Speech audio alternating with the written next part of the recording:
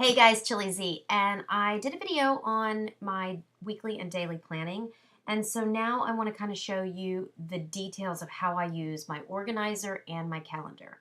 So first, I use the iCal calendar on my phone. I also have a Mac at home, so I'm using the calendar on my computer at home, and then I also am using the iCal on my iPad or any other device, the web, any place I can go. My calendar is backed up and it's there. My contacts are also in my phone, my iPhone, it's all in the cloud, in my iCloud account, and then it syncs with my computer.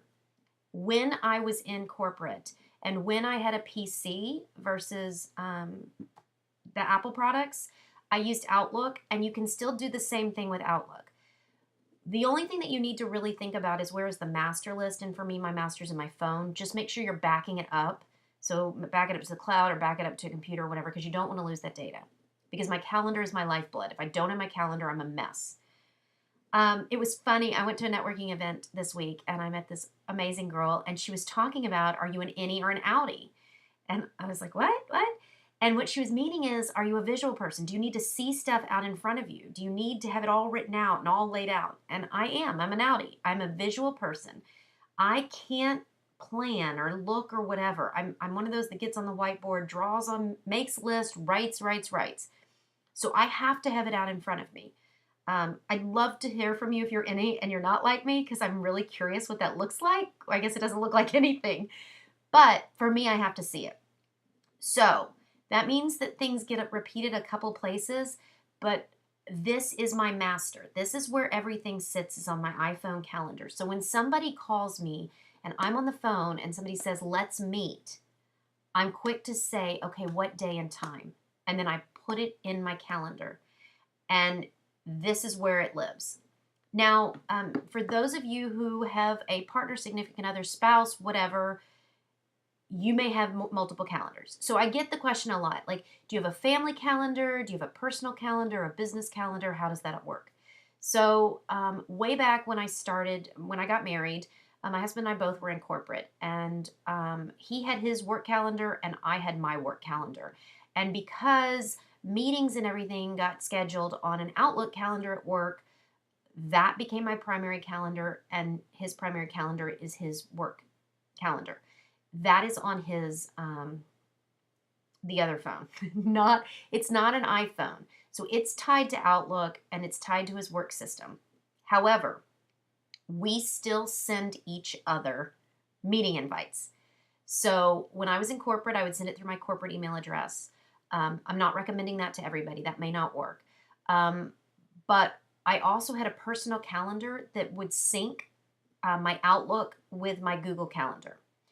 And so I use Google as my internet calendar as well. And I can send meeting invites through my Gmail, my Google Calendar, to my husband, who can accept an invitation so it shows up in his calendar. Okay, so this may be way too technical for you. If it is, message me and I'll break it all down for you. But when I have an event, like a Cincy party or something, I need to let him know about it so that he doesn't schedule something else that night, or we know to get a babysitter. Maybe he's out of town traveling and I need to know about that, so he'll send me a calendar invite to let me know when he's out of town. I send him a calendar invite for Spring Sprint, for Cincy Leadership, for our incentive trip, for convention, the big planning things that I have that are going on in my life and my business that he needs to be aware of. I do not send him a schedule for every single thing I do, especially the things I do during the day, because it's not really relevant to his schedule. Unless it's something that's pertinent. Like if we've got something, like when I was pregnant and we did ultrasounds, I let him know about those. If he was able to make it, it was on the calendar, he could do it. So for us, it worked very well. And my calendar and his calendar, went together. By default, my calendar became the family calendar. I did not put a third calendar out. Now, I do have a paper calendar in our laundry room that I write birth dates on, and I write trips and things like that for the kids. Not for me. It doesn't do anything for me. I do not use that calendar. That's not where I visualize. It's on the wall. It's too big and I can't carry it. So this is the master list. Now, the outie part is writing it down in an organizer calendar. So my organizer and calendar, one of my tips was to have an organizer and to have a calendar. My organizer and calendars all together. I have tried every different system. I'm not saying one's better than another. I've gone digital only, paper only, and for me right now it's a blend of both. And I have not found the perfect organizer. I like to change them up a lot. I use the Franklin organizer, then Franklin bought Covey, so I use the Franklin Covey organizer forever. I used Outlook and all the systems through that. I use Evernote, getting things done. I've done a lot of different things. And what I'm going to share with you is what's working right now for me for the most part. I'm always tweaking and always learning and reading on new ways to do this. So I have a monthly calendar. This is the month view, right?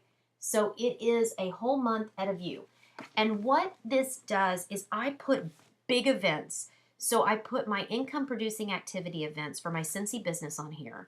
I put activities where I'm going to be out at night or big chunks during the day of things that I've paid for or commitments that I've made. I don't put kids gymnastics every single week, but I would put like the dance recital. Maybe kids doctor's appointments because they only happen once a year. I put that on the calendar. The reason I write it on this paper calendar and not everything's on here is for me to kind of get a glance of what it looks like. I was writing in different markers. I was writing in red for Velada parties and purple for Scentsy parties, and you can get a visual look at how you're doing with your business. And if you don't have the colors on your calendar, then you're not working it. This is not the calendar I share with customers to get them to book. I may say, okay, when they ask what date's available, I may pull up my calendar and look, but most likely I'm going to pull up my phone, or I know Tuesdays and Thursdays are my party days. Those are the days I've left, they're blocked for Scentsy and Velada parties. So it just really depends on how you want to work it, but what works for me is some kind of visual so I can kind of see at a month's view what's going on this month. And when a vendor calls or when a vendor event pops up, I look and say, you know what? I'm already doing 3 vendor events. It's hard for me to see that in a digital device or even on the computer. I mean, I have a pretty large computer screen, and so it's hard for me to see it.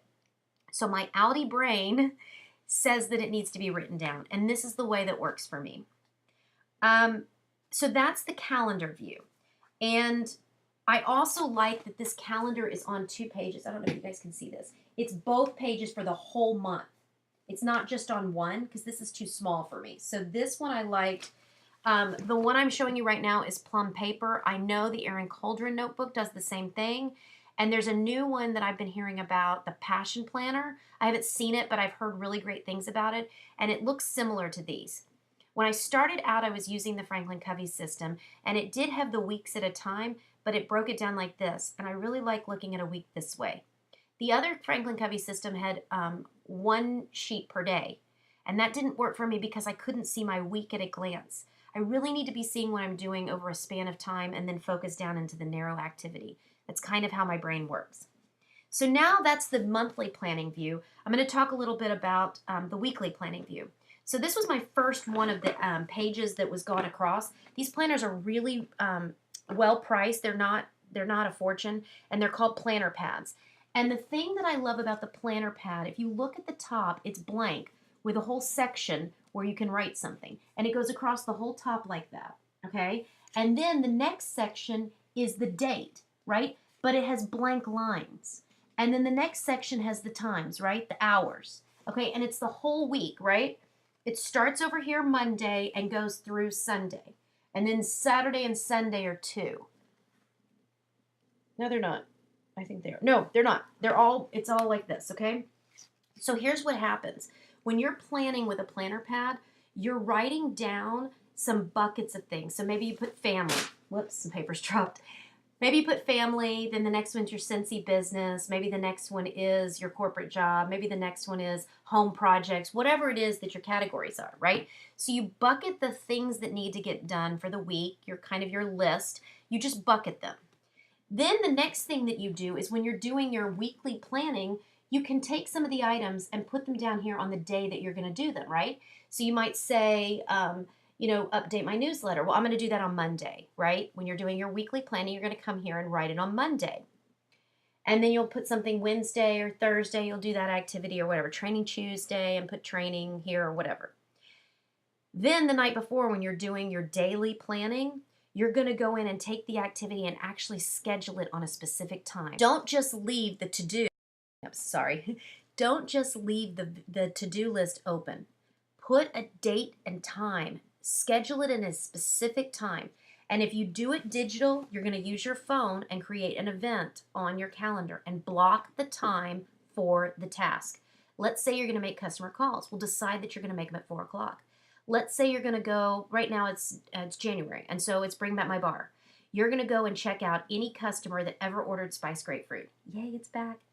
So that's going to take, you're going to spend 1 hour doing it, and you're going to do that at 1 o'clock. Don't just put it on the to-do list that you're going to do it Monday, or it may not get done. You need to put it down at a specific time. So now with my new system that I'm doing, I'm using the plum paper. This was great. You order it through Etsy, but it doesn't have any times on it. So I haven't decided if I love this or if I'm going back to the planner pad, because the planner pad really works for the way my brain works.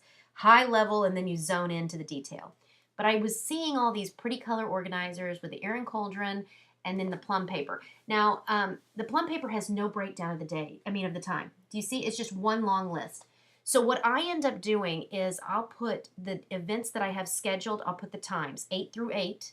That's kind of what I schedule. 8 in the morning to 8 p.m. is what I schedule here. And then down below are the extra things that I need to do or whatever. And then at the very bottom are the 3 things that have to get done that day. They'll probably be up here scheduled at a time, but it may just be bullets down here. The other thing that I do is I love these sticky notes. And you can do any, but these have some lines on it. I've got other ones that just have straight lines across. I find with the little ones, this little graph paper, I write smaller. So it really just depends on if you write big or small. But I use these for my list, my running list, like that brainstorming list, right? All the things I want to get done, but they really aren't time specific, right? I want to reorganize the such and such, right? But I need to take back something, or I need to, it's not urgent. It just needs to be done at some point, or it's an idea. So I use the sticky notes. And actually what I do with this organizer, all of them have different ways of doing it, but on right before the month view, because here's the month, right before that is a blank page of notes. And so I just stick a bunch of these stickies just right here like this, and I'll just put them on there and then pull them off as I need. And so I can layer them and put a couple of different lists. That way, if it doesn't get done in February, I can move it to March, or I can move it wherever I want to move it. So if you're a sticky person like I am, I like making lists on stickies, I like checking them off or whatever, you can also put it on that date. So let's say, maybe you want to take your daily planning, and then you can take one of the smaller stickies, and maybe you've got a whole bunch to do. So you can have your to-do list or your hours to do, and then you can stick this on for, Thursday or whatever. So it's a way to use your sticky notes. If you're a sticky note person, just stick them all on here. I'll show you what it looks like on a month that's already, so here's some of my notes. Let's see, I think in some more notes of different things that I've written down. More notes, sticky notes of different things that I do. Some organizers tell you, or some time management gurus tell you, oh, here's one that I was doing. Some time management people tell you not to use sticky notes, or don't do to-do list every day because you're just moving it along. It works for me because that's how my brain works. Don't go do it if you've never done it and stickies don't work for you. Find your system that works. It may take a couple trial and errors with different organizers and calendar systems that work for you. Like you can tell. I'm still trying to decide what works best. I know the Erin Cauldron system has day, noon, and night. So it breaks the day similar to, instead of having a long list of everything, it's got some division, so it breaks it up visually of what you do. I know there's organizers out there that help you with menu planning, if that's something that's important to you. You can go and do a lot of research about organizers and planners. You can go over to Office Depot. Don't spend so much time trying to find the perfect planner. Find one, use it, and then if it doesn't work, you can always change. Don't invest a whole lot of money in the notebook and everything else. Try to get a system down, follow the system, and then you can upgrade nicer paper or a nicer binder.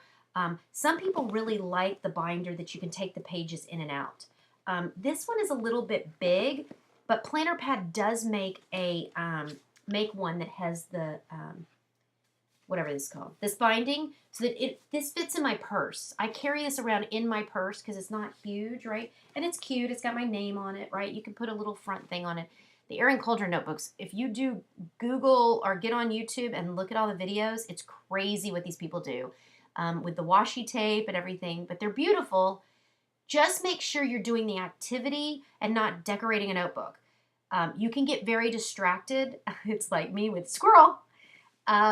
So just make sure you're not getting distracted with the system. It's really a system that's helping you get things done. And you're making progress. You need to be focusing on those things that are most important. I'll do another video about prioritization and we'll talk about doing those things that are most important.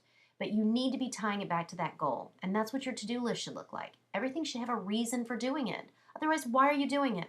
And if there's a bunch of stuff that's that eat that frog and you don't want to do it, ask yourself, is this getting me towards where I want to go or moving away? If your list looks overwhelming, take some stuff off. Don't try to conquer the world in one day. It's not going to happen. And at the end of the day, you're going to be frustrated and upset. So just try to find what you can do, commit to doing it, putting a time on it. I'm going to do this by 4 o'clock, or I'm going to do this at 4 o'clock. Spend an hour doing it. So put 4 to 5, I'm doing this. Put your timer on and do it, and then check it off your list. You will feel a tremendous, tremendous sense of accomplishment. And you will now be in control of moving towards your goals instead of just running around like a chicken with your head cut off. I can't wait to hear what's working for you. I want your feedback and thoughts. I want what you do, what you don't do, and give me what you like. I can't wait to hear from you guys. Thanks a lot. Have a great one.